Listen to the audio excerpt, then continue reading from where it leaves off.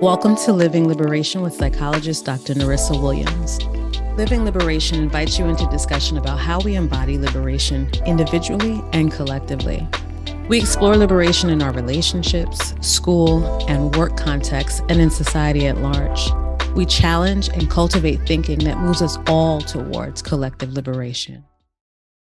So today we are with Nina Duryea, and the topic is cisnormativity. Welcome, Nina. Hi, thanks for having me. So we look forward to having a meaningful conversation. And so the first question, just get right into it. What is cisnormativity? Yeah, so cisnormativity is a social construct that is created really around hierarchy, power, a lot of the tenets of white supremacy culture, one right way, worship of the written word, things that have been specifically researched, constructs that have been put in place to keep people in power. And it's very pervasive. So we're looking at, and I think that there's been a lot of research on, feminist research on gender, and I think we can apply a lot of that here. And that cisnormativity is sort of the unwritten rules that we're expected to follow in code to the gender that we are assigned at birth, which is a very interesting concept because there are intersex people who maybe don't have a definitive gender and are actually have a gender forced upon them. And it's sort of like an invisible code that we are expected to follow. And I think that when we think of the word cis, we oppose that with the word trans. But in general, we can look at that lens even in our own constructs of what does it mean to be a man? What does it mean to be a woman? Do we feel like we fit those social constructs? Sometimes maybe yes, sometimes maybe no. Some things may feel good, sometimes it may not. And so the other lens I want to put on this is that, we look at cis, we look at trans. That's also a very binary way to look at things as well. And that there are some folks who are trans who do want to fit in the binary system, and there are others who do not.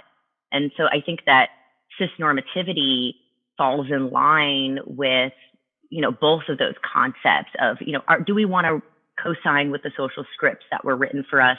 Do we want to write our own, or do we want to sort of get rid of them altogether?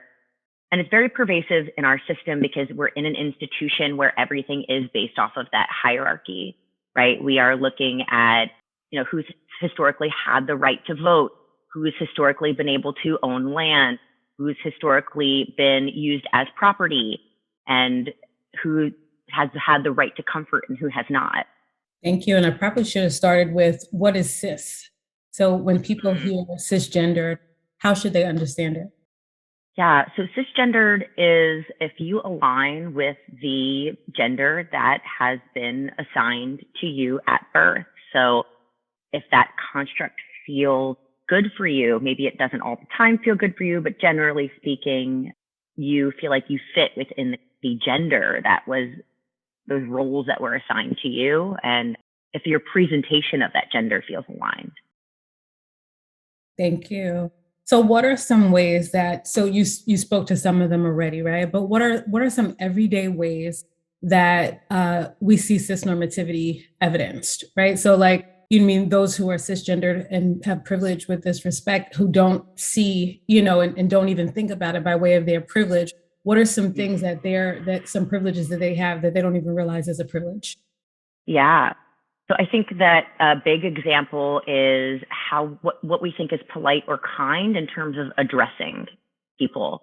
For instance, I don't particularly align with the gender that was assigned for me at birth. I was assigned female at birth. So when I call someone on the phone, I get ma'am, miss. And oftentimes I might even say, I'm not really, you don't have to call me ma'am, you don't have to call me miss. But they continue to do so because they're like, this is what I'm told, right? This is what being polite is. So that's like a small example. But it also could be with the types of clothes that fit your body, that are accessible to you. It could be with the way that you present. Like, you don't have to think about, am I too femme today or am I too masculine today? You don't have to think about the your presentation, walking out the door, or your vocal and vocal sort of inflections. You're also looking at having privilege in terms of dating, in terms of what the social script is for us, in terms of finding a partner, having a life, raising children, knowing that you go to the doctor and the doctor is going to be able to provide comprehensive care for you. So really anything that's institutional and anything that requires a social script is going to sort of have an implication of gender. And I think that it's so pervasive because we oftentimes don't know how to act if we cannot interpret someone's gender. So true, so true. Thank you. So how might cisnormativity affect feelings of belonging in a K-12 school context? Yeah, great question. Because if we think developmentally, this is where a lot of sort of like the first ideas of identity are coming into play. You have your identity within the home, within that construct, and this is the first time you're sort of being put into a context where your identity has to be a little more socialized in a greater context and within an institution. So like an educational system is an institution. It's very, very binary. I know that we had a lot of laws passed that don't say gay bill, who's allowed to be represented in our sort of institutionalized system is always a debate. And then also everything is categorized by gender. If we think about restrooms, we think about sport, we think about, social activities, even, who's allowed to play on the football team and who is supposed to be the cheerleader. So there's a lot of othering that also happens during this time period, because this is where people are starting to realize not everybody is like me. This is what it's like in my family. They are experiencing not only other genders, but also race, right? Different kinds of cultures, ethnicities. So they're being faced with a lot of othering already. And so in the K through 12 system, I think those two things are really like big into context. One, developmentally, where are we, right? And then two, sort of the sense of belonging is already very heightened at this time. And I think that right now with Gen Z and us even having this conversation, there is words like cis and trans. When I was young, there were no representation of what a trans man might look like, or I didn't even know that was an option. And so for me, I internalized that as there's something wrong with me, right? I don't align with my gender.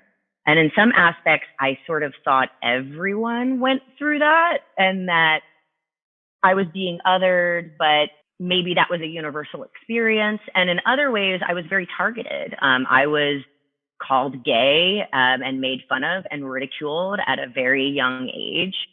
So I think that there's a little bit of context now in that we're having these conversations, but the sense of belonging really starts to happen at this time period, this K through 12 time period. Thank you. That brings us to the next question, right? So how might cisnormativity be experienced as traumatic for non-binary, genderqueer, or trans folks? Yeah. The internalization of transness and of queerness. And I want to say something that was really big for me is that one thing that we don't talk about is the idea that gender and sexuality are two separate things. And that's not actually taught in schools. I mean, it's very assumed. It wasn't even until the 80s or the 90s that the, mental health or industry even considered gender and sexuality two separate things. At one point, you had to be attracted to someone of the opposite assigned sex as you at birth in order to even get gender affirming care. So knowing that gender and sexuality are separate, I think is really big, because what you're looking at is you're seeing Disney stories, you're seeing books of, a man and a woman, connecting, and then they have, children, and that's what the ideal family looks like. And even in K through 9 or K through 12, that's when you get your first boyfriend or your first girlfriend or your first, there's a lot of this like pairing of by gender that adults actually do towards children. So I'm thinking about the idea of all of this internalized homophobia and internalized queer phobia, internalized transphobia that many of us as adults who identify in these groups are really dealing with. And I as someone who works with a lot of the queer community as a therapist, a lot of the trauma that we've faced through our lives has been so pervasive that we don't recognize it as trauma. So this can be a lot of microaggressions, right? Being misgendered, being categorized as a girl from the very beginning means that you are supposed to wear certain clothes. If you don't like those clothes, then maybe you're going to be ridiculed, right? Maybe you'll even be ridiculed by your own parents. Maybe you'll be ridiculed by other people in school. I think a lot about how the loss of belonging can bring that trauma about. And it could be, a very big event where you get beat up and called gay, and that's that one traumatic event that really stands out for you, but it doesn't have to be like that. It can be many microaggressions. And when you're looking at a binary system, you're like, I'm either this or I'm that. But I was taught I'm a girl, but I don't really feel like a girl, but I'm not a boy because I was told I'm not a boy. So there's this consistent pervasive trauma of being coded something that you feel like you're not. And I think that it's a lot clearer when you're looking at instances of, say, that are very visible, right? So maybe someone who's of darker skin being ridiculed, it's a little bit more, you can see the dynamic there. Whereas, if you're looking at transness, that's a feeling on the inside, not something that people can see right away. And so there's a lot of hiding your true self that needs to happen in order to exist in these constructs. And I think that's where the real trauma lies. Not to say that, of course, physical trauma and things of that nature 100% come into play, but regardless of that, you're experiencing microaggressions and internalizing that as something wrong with you, because in reality, you were aligned when you were born, and now maybe you're not. Thank you. So a lot of what you speaks to kind of like separation from self, right? And how traumatic Absolutely. that is. You have to live this fragmented existence. You had also earlier said something about binary. Even the ways that we think about transness is very binary, right? Can you say a little bit more about that? Yeah, absolutely. I think about, so the idea of, when I was younger, the idea of being trans was very much actually awarded to people who were transitioning from male to female. And even those words are super binary, like male to female or female to male. And there are people who do want to fit into the binary system. I don't want people to know that I'm trans, right? I feel better in full masculinity. And that is one valid way to be trans, but there is no right way to also be trans, right? And if we're talking about binary systems, I think that even people who are cis can identify with different constructs of their gender that they align with and things that they don't align with, right? Maybe you align with being a woman, but you were always called a tomboy. Or, maybe you are a man and you're comfortable in your masculinity, but growing up you were called gay because you could dance really well. So there's a little bit of a pervasiveness there. And then there are other people, like for me, for example, I identify as non-binary. So I am non-binary. That means I've never 100% felt like I fit into the constructs of masculinity.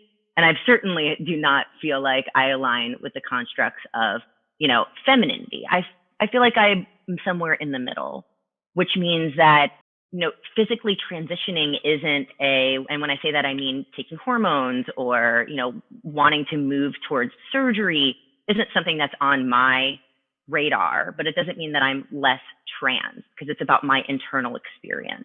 And so some people want their external experience or their external presentation to match their internal experience. And some people don't. Some people love their bodies the way their bodies are, and they have an internal experience that's different, and that's okay too.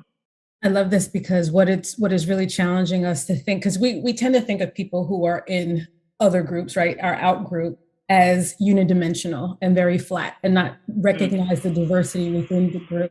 So this is also those who are new to the conversation as a challenge to not think of, even with respect to gender, not to flatten people's experience and think that there's only one way, one archetype and different things like that.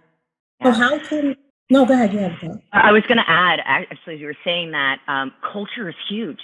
If we think about intersectionality, right? Someone who is Mexican and masculine may have a different idea of someone who is white and masculine, or, there's so much intersectionality and culture that comes with it because gender is really dependent on culture.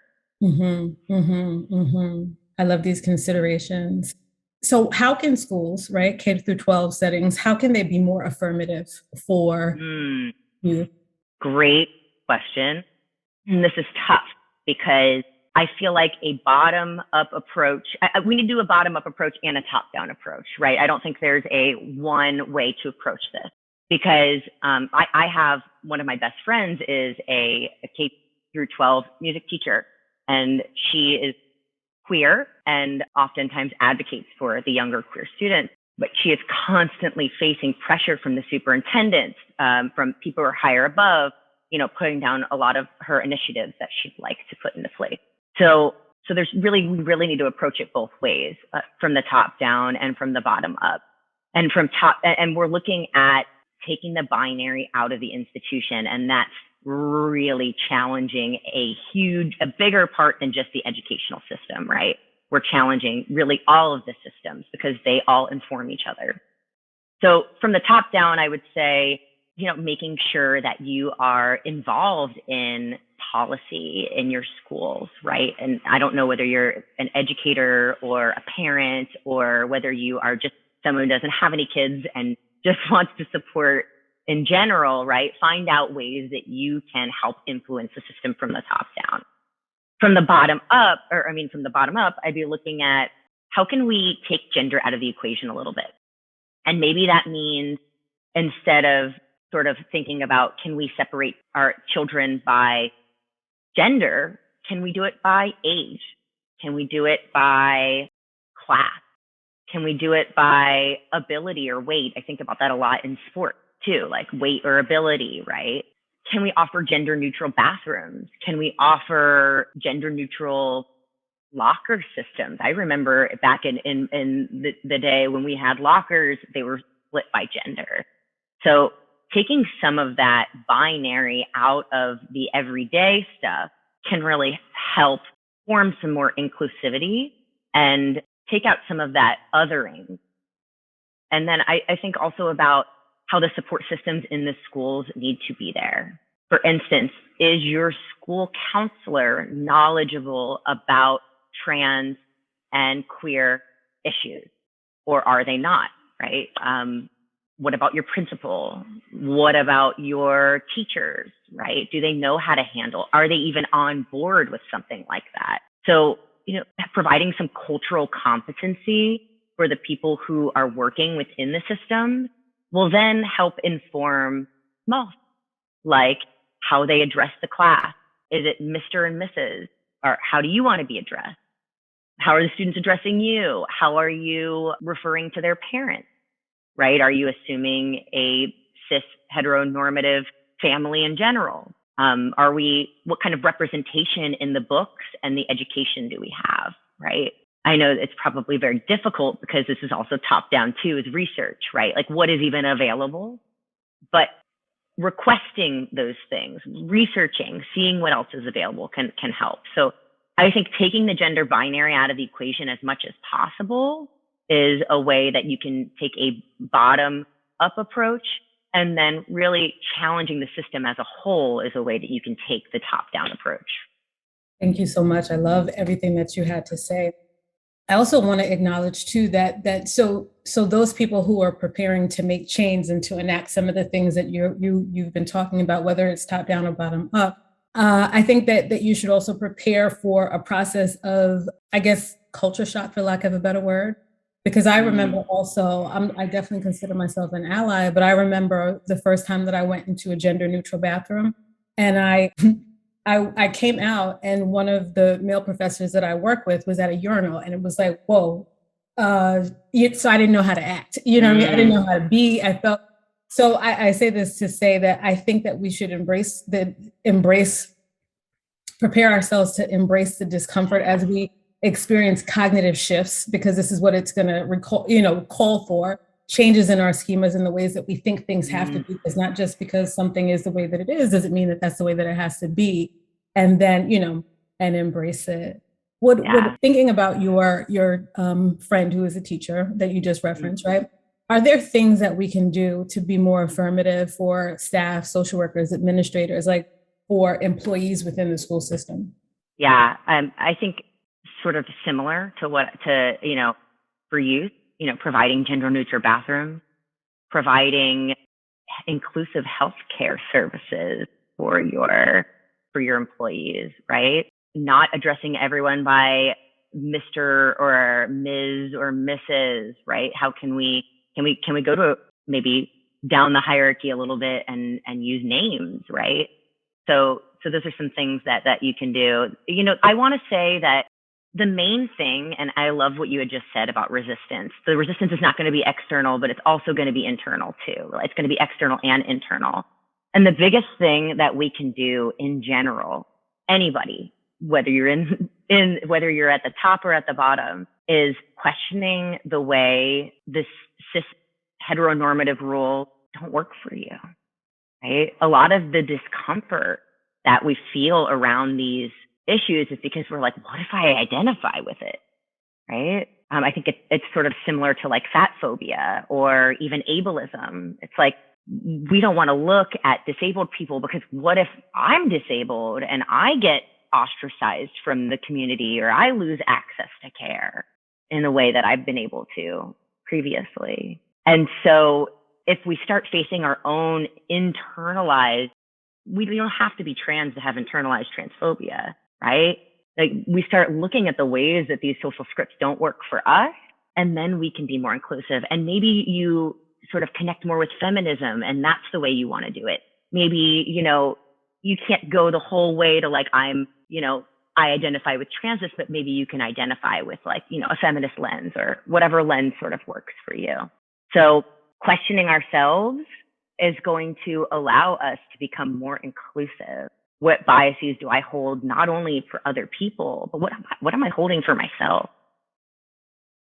Thank you, because it's really that is my passion is for us to think about how we internalize these systems and how enacted and how we're complicit in it, and the ways that we don't challenge ourselves to like really, to really think about this. So thank you so much, because this has been so meaningful. You've added so much for us to think about, so much for us to process and move forward with. So thank you. Thanks for listening. If you've loved what we've had to say, please press the subscribe button and don't forget to like. We invite you to also follow Dr. Norissa on Instagram at Dr. Norissa Williams and learn more about my professional services on liberationrpi.com.